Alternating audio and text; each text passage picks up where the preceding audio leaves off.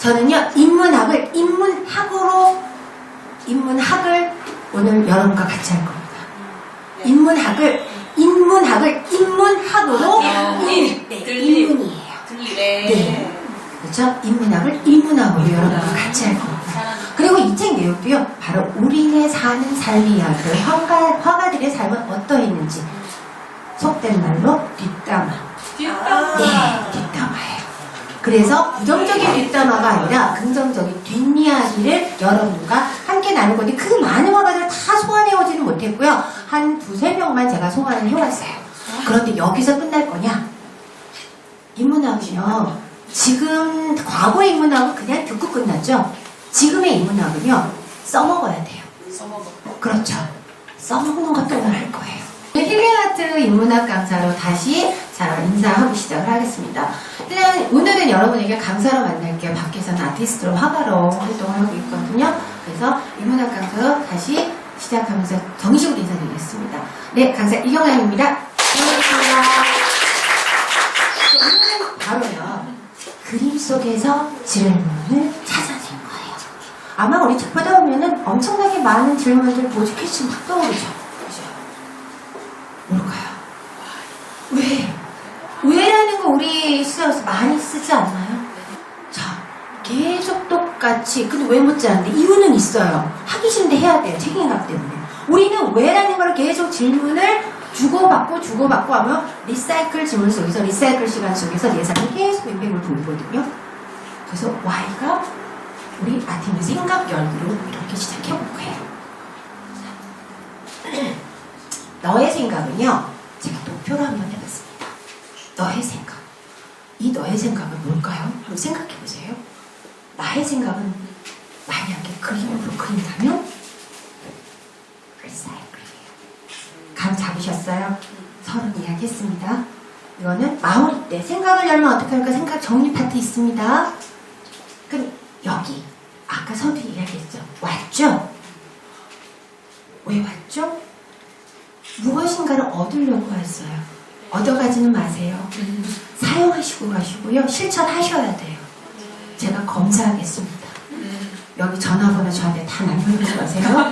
인증샷 저한테 다 보내셔야 됩니다. 아셨죠?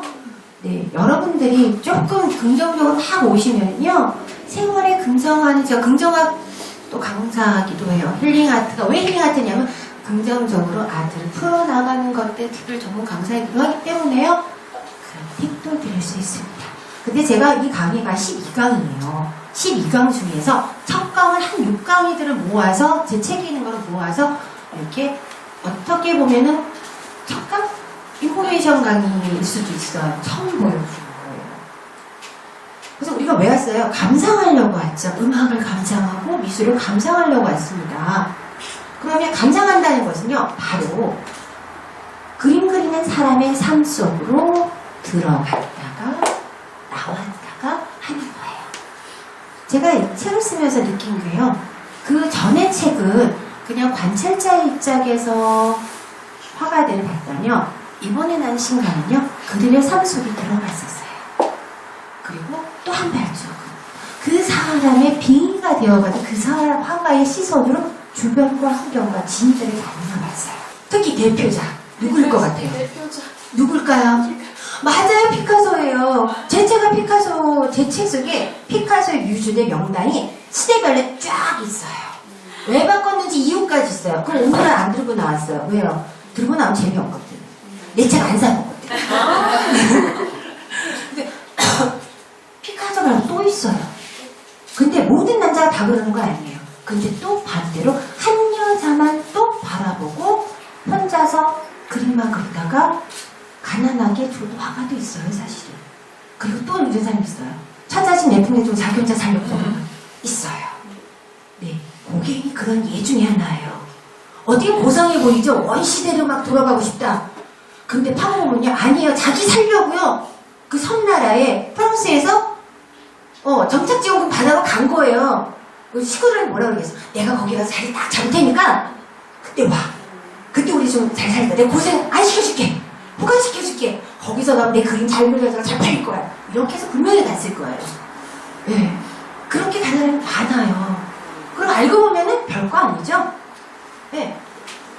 그래서 우리는 왜 외국 작가만 읽을까요? 제가 한국 작가 중에서 윤영근 선생님을 참 좋아해요. 윤영근 선생님을 좋아하는 이유는요, 윤영근 선생님을 평가한 이일 선생님께서요, 윤영근 선생님의 작품을 감상하는 법을 이렇게 공고해 주셨어요. 그림을 먼저 보지 말아라. 그럼 그림을 먼저 하면 뭘 볼까요? 이 배경 그림이 윤영근 선생님의 작품입니다. 제가 윤영근 선생님의 작품을 좋아하는 이유는요, 우리의 삶하고 똑같아요. 저는 맨 처음에 윤영근 선생님의 작품을 만났을 때는요, 윤영근 선생님이 누군지도 몰랐어요. 그냥 매료됐어요. 이게 이일 선생님이세요. 이일 평론가 선생님이 윤영근 선생님을 이렇게 평론했던 바라본 건 뭐냐면요, 자, 그림을 보시면 사람을 먼저 보라고 했어요.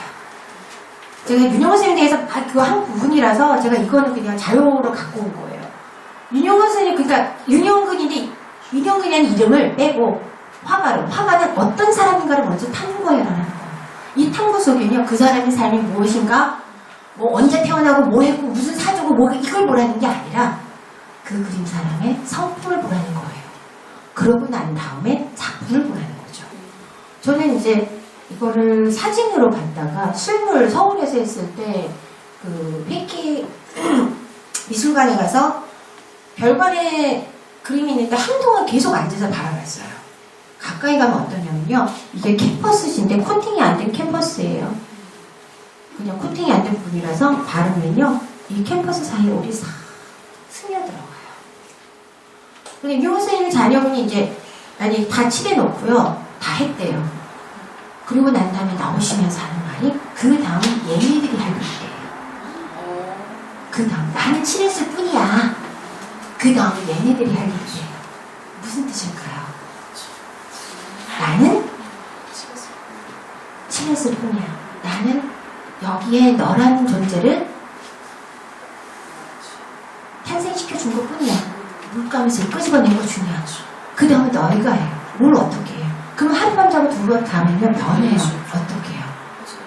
이렇게 해요. 불명예 했는데 얘가 번져서 자기들끼리 번져서 이런 내용을 모르고 받아봤을 때는요, 저는 여기가 일부러 놓고 산이고 절벽이고요, 일부러 나무 그려놓은 줄 알았어요.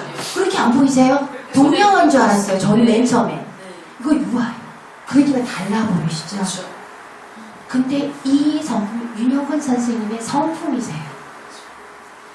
그래서 그 주변 사람들은 어떻게 이야기를 하냐면요, 자이언트. 여기에서 윤영근 사람이라는 사람이 누구냐라는 걸 쭉 제가 조사를 해놓은 거예요. 어떤 사람인가. 제가 좀 조사를 좀 해봤어요. 쭉 해서 알고 보고 다시 그림을 보게 되면요, 그림이 연대별로 이렇게 변해버렸구나 라는 걸 알게 돼요. 느껴지시죠? 제가 짧게 이야기했는데 어떻게 변해요? 70년대 시작해서요, 쭉, 저 70년생이거든요. 그저 저 좀 되게 좋아해요. 70년생? 네, 저 70년생이에요. 네. 저 70년 내가 태어날 때 누가 죽었는지 아세요? 죽은 사람. 난 내 해에 태어나고 죽은 사람을 많이 기억해요. 전 역사를 그렇게 본 거거든요. 쭉 해서 얘는 이거는 얘는 아니에요. 마지막에 이렇게 보면은 어때요? 그림하고 다 보이게 되는 거죠. 왜 이렇게 처음에 그런 이야기가 나옵니다. 한 사람 작가 이야기가 너무 끝이 없기 때문에 한 작가만 알고 가면은 시간이 아깝잖아요. 그래서 듀샹도 소환해 왔어요. 듀샹이라는 사람은요, 정의만 내릴게요. 이 사람 굉장히 내성적이기도 하고요. 결론으로 말하면 이 사람은 나는 예술을 하지 않는다. 내가 살아온 내 삶이 예술이다 라는 거를 죽음으로 죽고 난 후에도 작품을 발표할 수도 계획했던 작가예요. 네. 여기 했는데 여기서는 이게 원조예요. 17년도에 이 병기를 갖다 놓고 사연이 책이 있어요. 갖다 놓고 자기 이름을 빼고 해놨더니 얘를 브라이드 뒤쪽에다 어떻게 감히 신성한 여기 이런 병기를 갖다 놔. 그러면서 전시를 못하게 했던 작품이에요.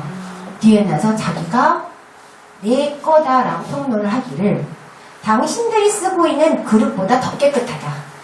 한 번도 사용하지 않은 병기를 진열대에 있는 것을 나는 사다 갖다 놨을 뿐이다. 당신네가 쓰고 있는 그 그릇도 공장에서 나오는 그릇을 밥 먹는 그릇을 썼을 뿐이다. 근데 왜 편견을 갖느냐라는 거예요. 그렇게 지적을 해서 뜨기 시작을 했습니다. 그랬더니 친구가 이거 사갔어요. 사가서 복제품으로 이거를 사서 사인을 한 거예요. 그래서 17년도 복제품 50년도 해놓은 거예요.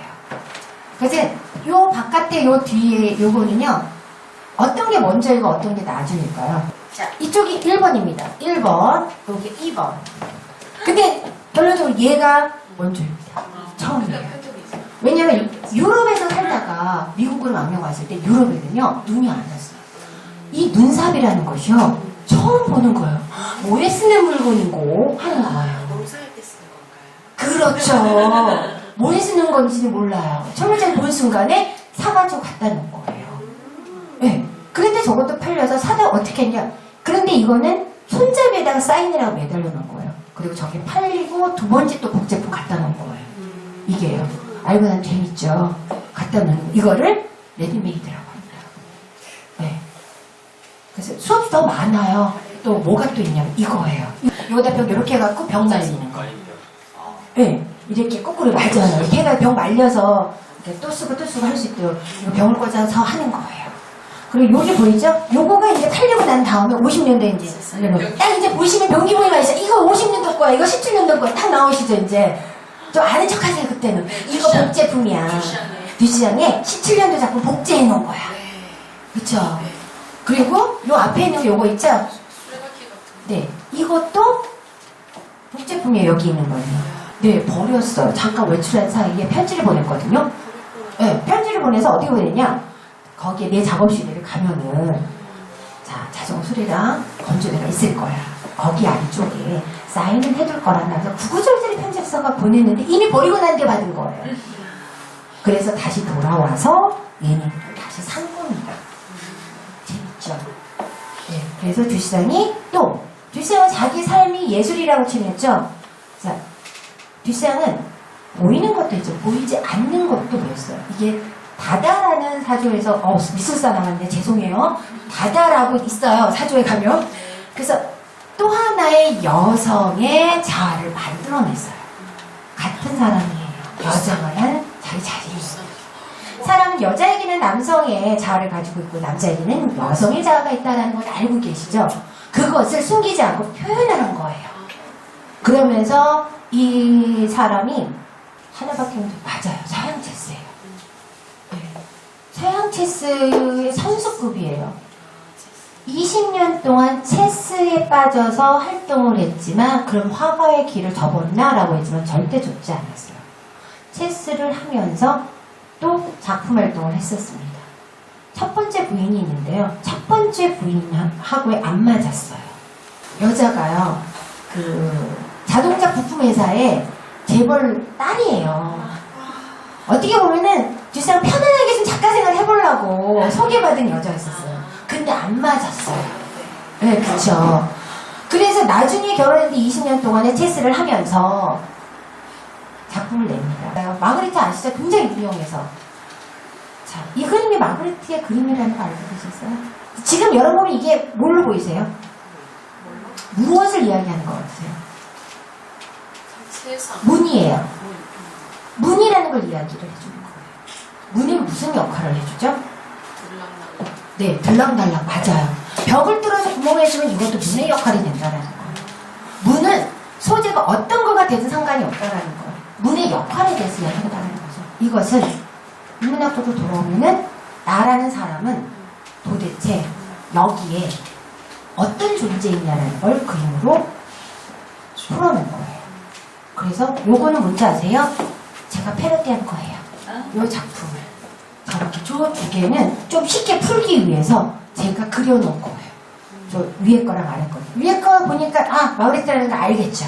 밑에 거는 벽돌은 문이 된다는 역할을 제가 패러디해서 그려놓은 거예요. 그러니까 훨씬 이해하기 쉬워 하시더라고요. 네. 감사합니다. 제가 직업이 화가다 보니까. 네. 여기 바로 현실에 있을 법하지만 있지 않는 것들을 갖다 놓고 하나의 콜라 방식으로 해놓은 것을 페이스만 기법이라고 합니다. 요거는 홍콩 그 경매장에서 최고가로 동양에 들어와서 판매된 작품이에요. 여기 마그리트의 첫 작품. 홍콩 사람이 영화했고요. 이게 꽃다발을 의미하는 봄의 여신이거든요. 자, 이 사연은 영광을 줘도 자기는 아무 소용이 없다 이거야. 내가 바라보고, 이거 숲을 바라보죠. 내가 가고 싶은 것만 가고, 내가 보고 싶은 것만 보겠다는 거예요. 이게 제목이 뭘 것 같으세요, 이거요? 제목은 바다의 인어를 뭐라 그러죠? 세이렌의 노래입니다. 초를 켜놓고요. 잎사귀가 있고 이게 있어요. 어떤 의미일까요? 그래서 저 경매가가 들어갔고요. 요거는 마그리트의 아내예요. 마그리트가 외도를 하고 싶은데 되게 모범적인 케이스의 친구들에게 알려져 있다 보니까 어떻게 할 수가 없는 거예요. 초현실주의 작가에서 마음에 드는 여자가 있는데 어떻게 친하게 됐어요. 한번 여행을 가고 싶고 해보고 싶은데 안 되잖아요. 친구한테 부탁을 했어요. 있잖아, 내 아내랑 좀 놀아줘.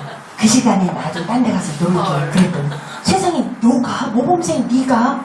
그랬어요. 야, 친구 좋다는 게 뭐니? 한 번만, 딱 한 번만 해가지고 한 번 했어요. 그랬는데 그 친구랑 아내랑 정말 바람이 났어요. 그 4년을 등지고 하고 싸우다가 다시 뭉쳐서 끝까지 이제 이 여자한테 쥐어 살았는데요. 이게 뭐냐면 이건 제가 그린 거예요. 네, 까맣게 칠했어요. 이게 여러분들이에요. 보여지는 것과 안에 있는 모습이에요. 그러면서 이거를 딱 보면서 기말고사 치기 싫은 땡땡땡의 마음 하면서 친구가 보내준 거예요. 그러면서 이 사진을 제가 보내주더니 그 친구도 자지러지는 거예요. 그러면서 제가 느낀 거는 이렇게 사람들의 마음이 똑같구나. 그 상황에서 이 말을 다 안에 얼마나 속이 탔을까. 그 스토리를 제가 여기 프레드에서 그린 그림이거든요. 저거 봐서는 담배 피는지 뭐 하는지 몰라요. 그림자가 봐서는. 그래서 외모만으로 보여지는 것만으로 판단하지 말라라는 거죠. 수잔 발라동 처음 들어보시는 분 많으실 거예요. 그런데 이 그림 보면 아실 거예요. 아시죠? 낯이 있죠? 이 모델이에요. 수잔 발라동이 모딜리안의 모델이기도 했어요. 그리고 로트렉의 모델이기도 했습니다. 그리고 르누아르의 모델이기도 했어요. 많죠? 그 다음은 드가의 모델이기도 했습니다. 그리고 자기 자신은 그리는 화가가 됐어요. 모델이었는데.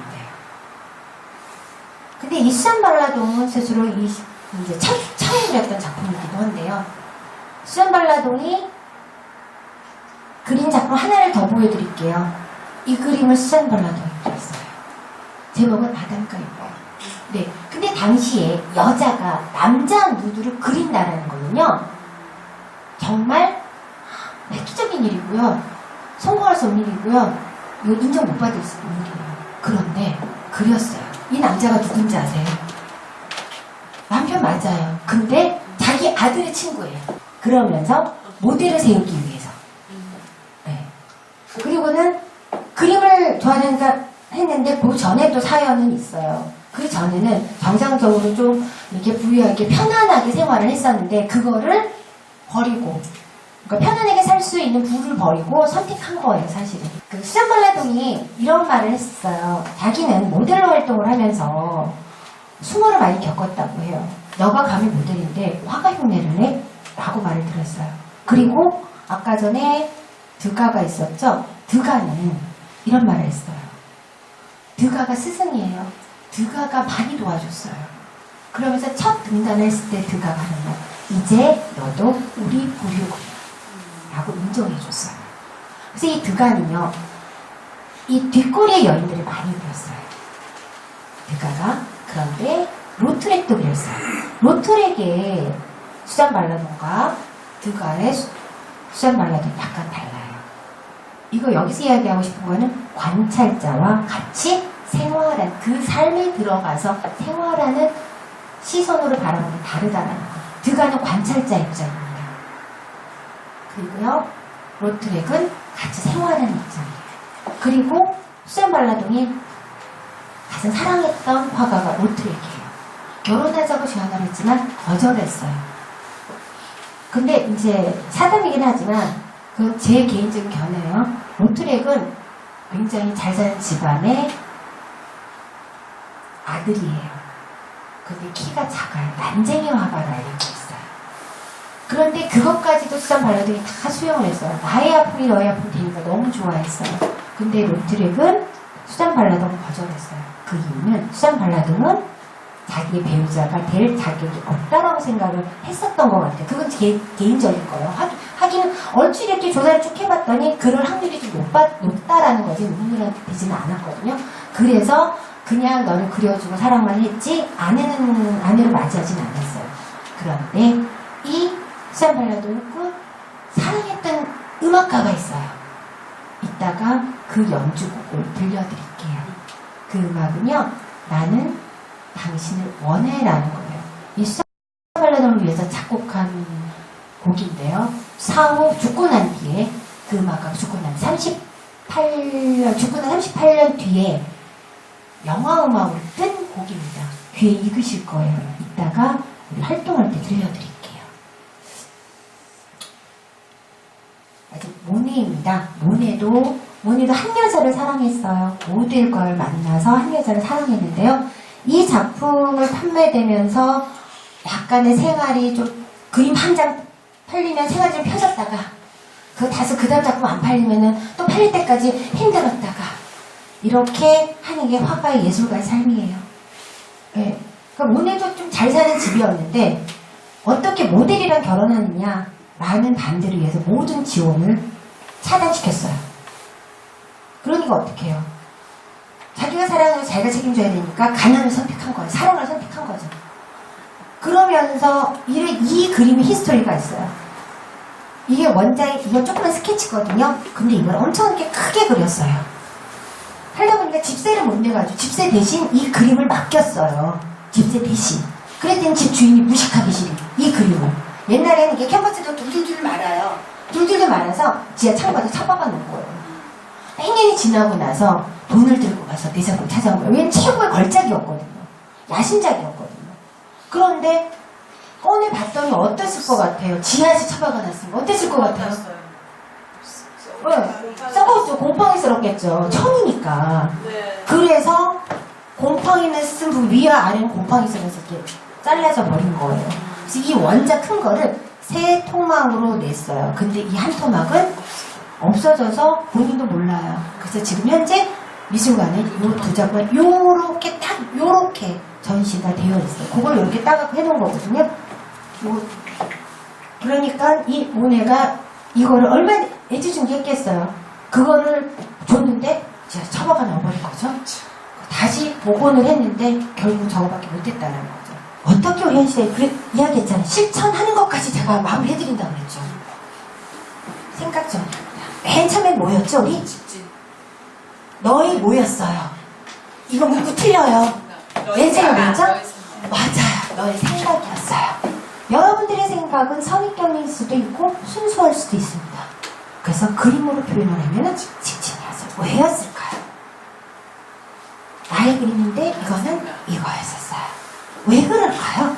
왜로 우리가 시작했죠? 마무리도 왜로 했고 결과만 봤기 때문에 테니스 끝나버리는 거예요. 좀 감 잡으셨어요? 자, 이게 바로 오른손 그림입니다. 너의 그림은 결과만 보기 때문에 그냥 보고 끝나버리면 피니스 직진입니다. 안 망갑니다.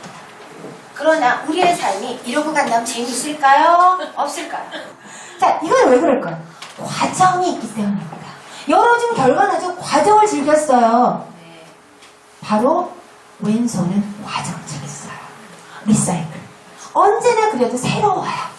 여러분의 일상이 리사이클 아트여야 돼요. 화가는 그래서 계속 지속적으로 새로운 작품을 생성해내는 게 너의 생각, 남들의 시선과 남들의 생각을 개입시키지 않았기 때문이에요. 우리의 일상도, 우리의 삶도 남이 나를 어떻게 바라볼까? 라는 생각을 빼버리면은 오롯이 나바소에 나를 바로 세우면 많은 사람들과 소통할 수 있는 기본 팩트를 실천할 수 있습니다. 이제 정답이 나왔죠. 그래서 페니시는 이게 결과만 추구하면 이게 안 돼요. 되기는 돼요. 뭐가 동반돼요? 고통이 동반돼요. 힘들어요. 현실이 힘들면요. 그 사람은 우리 화가의 삶에 들어갔다 왔죠? 네. 관계가 안 좋은 사람 있어요?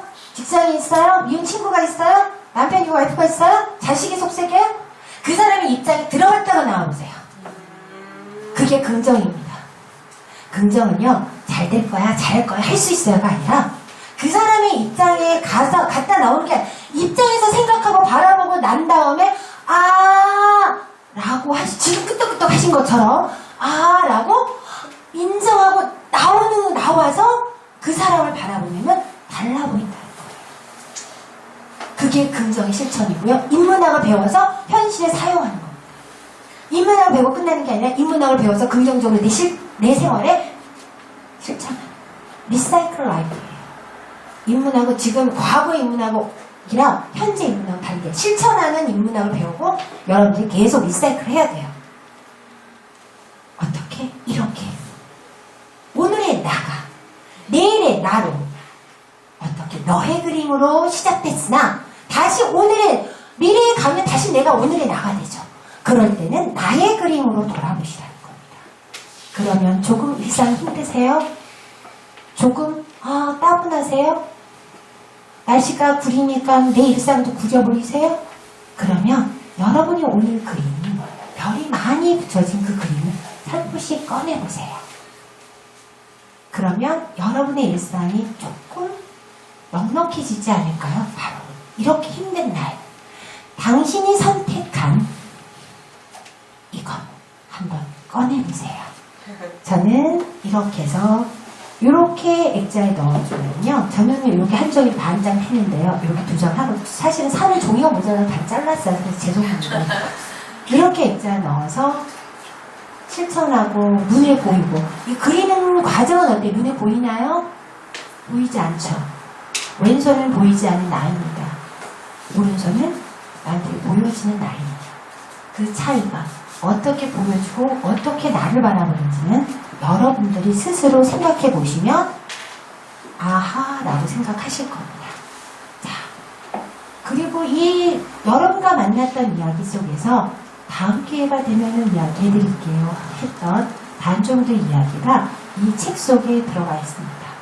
피카소의 이야기로 들어가 있고요.